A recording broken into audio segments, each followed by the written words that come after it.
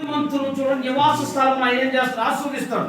ఎవరైతే నీతిగా ఉంటారో, ఎవరైతే దేవుని సన్నిధిలో ఒక నీతి కలిగి జీవిస్తూ ఉంటారో, దేవుడు ఏం చేస్తాడు? వాళ్ళని ఆస్వాదిస్తాడు. నీతిమంతులు ఎవరు? ఆయన రక్తం చేత కడగబడిన వారు, ఆయన కోసం విమోచించబడిన వారు, పరిశుద్ధంగా జీవించేవారు, యథార్థంగా చెప్పమ్మా యథార్థంగా జీవించేవారు నీతిమంతులు. అందుకనే భక్తిహీనుల గురించి మనకు అవసరం లేదు, కానీ నీతిమంతులు నివాస స్థానం అంటే వాళ్ళు ఉండే గృహాలని దేవుడు ఏం చేస్తాడంట? వాళ్ళు ఉండే నివాసాలని ఏం చేస్తున్నాడు? దేవుడు ఆస్వాదిస్తాడు. ఎందుకంటే దేవుడు వాక్యం అవుతుంది, నీతిమంతులు నిజంగా నివాస స్థానం దేవుడు ఏం చేస్తాడంట? ఆయన ఆస్వాదిస్తాడు. నిజంగా అబ్రహాము గారి గురించి మనం చూసుకున్నట్లయితే ఆయనకు ఒకప్పుడు ఏ విధంగా ఉంది ఆయన జీవితం? ఏమ్మా ఏ విధంగా ఉంది చెప్పండి. ఆయన ఏం చేసుకునేవాడు? ఆయన మామూలుగా బొమ్మలు అమ్ముకోవటం, చాలా ఆర్థికంగా చాలా ఇబ్బంది పడుతూ ఉండేవాడు. ఎప్పుడైతే యేసు ప్రభువుని నమ్ముకున్నారో, నిజంగా ఎప్పుడైతే దేవుడు పిలిచాడో, ఆదికాండం 12వ అధ్యాయంలో పిలిచాడో, దేవుడు అప్పుడు దానికి ఏం చేసింది? ఆయన నివాస స్థలాన్ని ఏం చేసినట్ట? ఏం చేసిండు? 13వ అధ్యాయం 5వ 6లో ఉంటుంది కదా, ఆయన పట్టజాలంతగా అబ్రహాముకి లోతుకి ఏందంట? చూడండి, పట్టజాలంత గొర్రెల్లో విస్తారమైన పని వాళ్ళు దేవుడు ఇచ్చాడు, ఇవ్వలేదా? ఎందుకని వాళ్ళ నివాసం చుట్టూ కూడా దేవుడు ఏం చేశాడంట? ఒక కాపుదల. వాళ్ళ నివాసాల చుట్టూ కూడా దేవుడు ఏం చేశాడంట? ఆస్వాదించాడు. ఒకసారి ఆలోచించండి. ఒకసారి దేవుని యొక్క వాక్యం అబ్రహామును దేవుడు ఏం చేశాడంట? నిజంగా ఆస్వాదించాడు. అబ్రహామును చూడండి, లోతు అబ్రహామును బట్టి లోతు కూడా దేవుడు ఏం చేశాడంట? ఆస్వాదించాడు. నిజంగా ఎవరు? ఇతను నీతిమంతుడుగా ఉన్నాడు, దేవుని సన్నిధిలో ఒక యథార్థవంతుడుగా ఉన్నాడు, దేవుని సన్నిధిలో ఒక కృపాతిశయం కలిగి దేవుడు నమ్ముకొని ఉన్నాడు. అందుకని దేవుడు ఏం చేశారంట? ఆయన ఇరుకు మొత్తం కూడా ఒకప్పుడు ఇరుకుగా ఉండేది, ఒకప్పుడు ఆర్థికంగా ఉండేది, ఒకప్పుడు ఆశీర్వాదం ఉందా? కానీ ఎప్పుడైతే యేసయ్య పిలిచాడో, యెహోవా దేవుడు పిలిచాడో, ఆదికాండం 12వ అధ్యాయంలో ఎప్పుడైతే పిలిచాడో, ఈ తండ్రి ఇంటి నుంచి, ఈ బంధువుల దగ్గర నుంచి నేను నీకు చూపించిన దేశానికి ఎప్పుడైతే ఆ మాటలు చెప్పాడో, ఆ మాటలు నమ్మి ఆయన కూడా నీతిగా ఎచ్చబడి ఆ మాటలు అమ్మి బయలుదేరాడు. అను ఎక్కడ గుడారం వేస్తే ఏమైతే ఆయన ఎక్కడ గుడారం వేసిన కానీ అభివృద్ధి పొందుతూనే ఉంది. ఏ అభివృద్ధి పొందుతుంది? గొర్రెలు విస్తారంగా, పనివాళ్ళు విస్తారంగా, పొలం వేసిన విస్తారంగా. ఎందుకంటే ఒకసారి ఆలోచించండి. అందుకని దేవుని వాక్యం మన మూల వాక్యంలో చదువుకున్నాము, నీతిమంతులు నివాస స్థానాలు దేవుడు ఏం చేస్తారట? ఏం చేస్తారమ్మా? ఖచ్చితంగా ఆస్వాదిస్తాడు. ఒకప్పుడు మనం చూసుకోండి, మన జీవితాలు ఏ విధంగా ఉండేవి, ఒకప్పుడు దేవుడు నమ్ముకున్నప్పుడు మన స్థితిగతులు ఏ విధంగా ఉండేవి, ఒకప్పుడు మనతో ఉండే మనం ఆస్వాదం లేకుండా ఉన్నాం. ఎప్పుడైతే మనం దేవుడు నమ్ముకున్నామో, ఎప్పుడైతే శుభాశయం దేవుని ఆశ్రయించామో, అప్పుడు దేవుడు ఏం చేశాడంట? అందుకని సాక్ష్యాలు చెబుతూ ఉంటారు. ఏమని చెప్తారు సాక్ష్యాలు? దేవుడు ఇల్లు కట్టించుకోకపోయే నా చేతకపోతున్నాను, దేవుడు ఏం చేసినంట?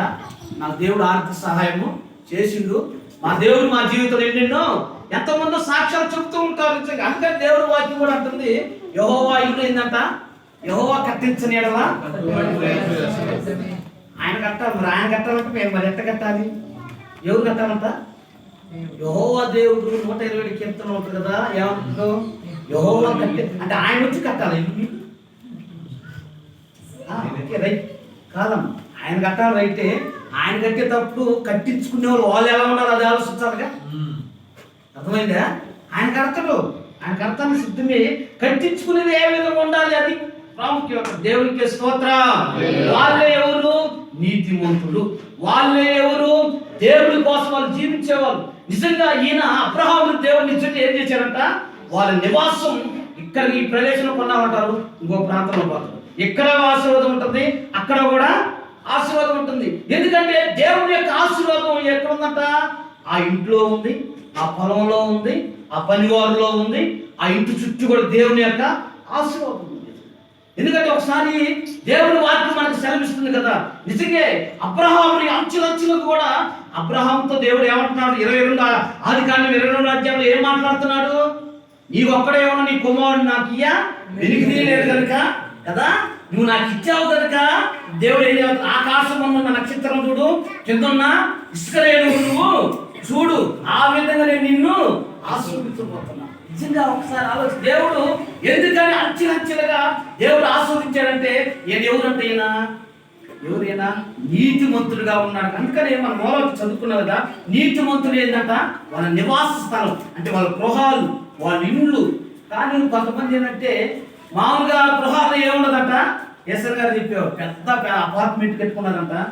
మా దేవుడు ఎంత ఆస్వాదించాడమ్మా, మీకు 4 ఫ్లోర్లు ఇచ్చాడు, చక్కగా మంచిగా ఏ గదిలో వంటగదిలో పోయిన టీవీ ఉందమ్మా, ఏ గదిలో వంటగదిలో పోయిన టీవీ ఉందమ్మా. దేవుడు మంచిగా ఆశగా దేవుడు ఏది ఎస్ఆర్ గారు ఎప్పుడాంచు అక్రంగా సంపాదించి మా ఆయన సంపాదించి ఇల్లు కట్టుకున్నాడు మొత్తం 4 స్టేర్లు. ఒకరికొకరు సమాధానమే లేదు, ఒకరొక సమాధానం. అప్పుడు చాలా బాధపడి ఆ కుటుంబాల గురించి ఇప్పుడు కట్ చేసి ప్రార్థన చేసి పెట్టింది. ఒకసారి ఆలోచించండి, దేవుడు మన నివాస స్థలాలని ఖచ్చితంగా ఆస్వాదించాలంటే నీతిమంతులైతేనే దేవుడు ఏం చేస్తారంట, ఆస్వాదిస్తాడు. ఎవరిని ఆస్వాదించి? అబ్రహామును ఆస్వాదించాడు, యేసోపును ఆస్వాదించలేదా? యేసోపు ఏం చేశాడంట, ఒక ఇంట్లో పోయి ఉన్నాడు. 39 ఆదికాండం 39 అధ్యాయంలో ఒక ఇంట్లో పోయి కొత్తిమీర కొనుక్కున్నాడు. ఆ ఇంట్లో పోయి ఉన్నాడికి ఎప్పుడైతే ఆ ఇంట్లోకి అడుగు పెట్టాడో యేసోపు, ఆ ఇల్లు అంతా దేవుడు ఆస్వాదించాడా లేదా? ఆస్వాదించాడు. చెప్పనమ్మా, ఆస్వాదించాడా లేదా? ఈయన పట్టుకుందా ఏమైంది? ఆ బంగారం అయింది. మరి అదే కదా అంటారు, మీరే అంటారు, అబ్బా మా పెద్ద కాళ్ళు వచ్చిందయ్యా, మొత్తం మా 2వ కాళ్ళు వచ్చింది, అన్నీ మీ మాటలే. అదంతే. ఇది కాదు. దేవుని ఒక వాక్యం ఏమిటో తెలుసా? ఎవరైతే నీతిమంతుగా యేసోపు ఉన్నాడో ఆ యేసోపు నిమిత్తము ఐగుప్తుని ఆస్వాదించాడు. అసలు విచిత్రమైన సంగతి, ఐగుప్తు అంటే అన్యుడు, దేవుడు తెలుసుకున్న వ్యక్తి కాదు. అక్కడ ఎవరు ఉన్నారు? నీతిమంతుడు యేసోపు ఉన్నాడు అక్కడ, ఆ ప్రదేశంలో, ఆ ఇంట్లో, ఆ గృహంలో అతను ఉంటున్నాడు. కాబట్టి అతను బట్టి, ఎవరు బట్టి? మనమైతే ఏమంటాం మామూలుగా, నా నుంచి చెప్పు, నా నుంచి నీ కుటుంబం, నేను వచ్చినప్పుడు నీకు ఏమైనా ఉందా? ఆస్తి కూడా చెల్లికి అవ్వకూడదు, నీకు లేనే లేదు. నీ ఆస్తికి సమృద్ధి ఉందా? నీ ఆస్తి వర్తిల్లుతుందా? నీకు ఆశీర్వాదం లేదు కదా, నేను ఇప్పుడే వెళ్ళిపోతా ఇంట్లోంచి. ఏంటి యేసోపు అనాల్సిన అన్నాడు అన్నమాట లేదు. చూడండి, అందుకని యేసోపు నీతిమంతుడు కాదు. అందుకని దేవుని వాక్యం అంటుంది, యేసోపు ఫలించే కొమ్మ, అభివృద్ధి పరిచే కొమ్మ. అందుకని దేవుడు అబ్రహామునే కాదు, దేవుడు ఎవరిని, యేసోపును కూడా దేవుడు ఏం చేశాడంట, అలాంటి కృప దేవుడు ఈ గృహం మీద ఉంచునుగాక. ఆమేన్. ఈ గృహంలో ఉన్న దోషాలన్నీ చేసే తొలగించునుగాక. ఆమేన్. అందుకనే నివాస స్థలాలని దేవుడు ఏం చేస్తానంటున్నాట, ఖచ్చితంగా ఆస్వాదిస్తానంటున్నాడు. ఎందుకంటే క్రైస్తవులకు ఒక మంచి అలవాటు ఏంటంటే, గృహం కట్టుకున్నా, పెళ్లిళ్ళు చేసుకున్నా, కూడికలు పట్టాలన్నా, చచ్చిపోయినా కానీ అన్నిటికి కూడా ఏంటంట, దైవ సేవకులే వస్తుంది. ఎందుకంటే ఇది చాలా ఆశీర్వాదం. ఎందుకంటే మామూలు బయట అయితే వాళ్ళ అన్నం చేతి అన్నం కడిగితే అది వేరే, వాళ్ళతో మనకు అవసరం లేదు. దేవుడు అలాంటి కృప దేవుడు ఈ కుటుంబం మీద దేవుడు దయచేసి నీతిమంతులు కూడా ఆరామంగా తీర్చునుగాక. ఆమేన్. అబ్రహామునే కాదు, యేసోపునే కాదు, యాకోబునే కాదు, ఇంకా యోబును కూడా ఏం చేశాడట, ఆస్వాదించాడు. అతను యూదు దేశమందు యోబు ఉండిండు. అతను న్యాయవంతుడు, యథార్థవంతుడు, దేవుని యందు భయభక్తులు కలవాడు. ఒకటి యోబులో కూడా మనకు రాయబడి ఉంటుంది కదా. ఎందుకంటే నిజంగా న్యాయవంతుడు, నీతిమంతుడు ఆయన. అందుకని చూడండి, అందుకని దేవుడు ఆయన ఏ విధంగా ఆస్వాదించాడట ఏమా, దేవుడు ఆయన్ని ఏ విధంగా దీవించాడు ఒకసారి ఆలోచించండి.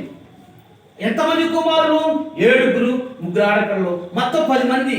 ఎన్నో బరులు ఎన్నో ఉన్నాయి, వంటలు ఎన్నో ఉన్నాయి. రకరకాల ఆస్తి విస్తారించబడింది. ఎందుకు విస్తారించబడింది? దేవుడు ఎందుకు ఆస్వాదించాడు అంటే, ఎందుకు ఆస్వాదించాడు చెప్పండి?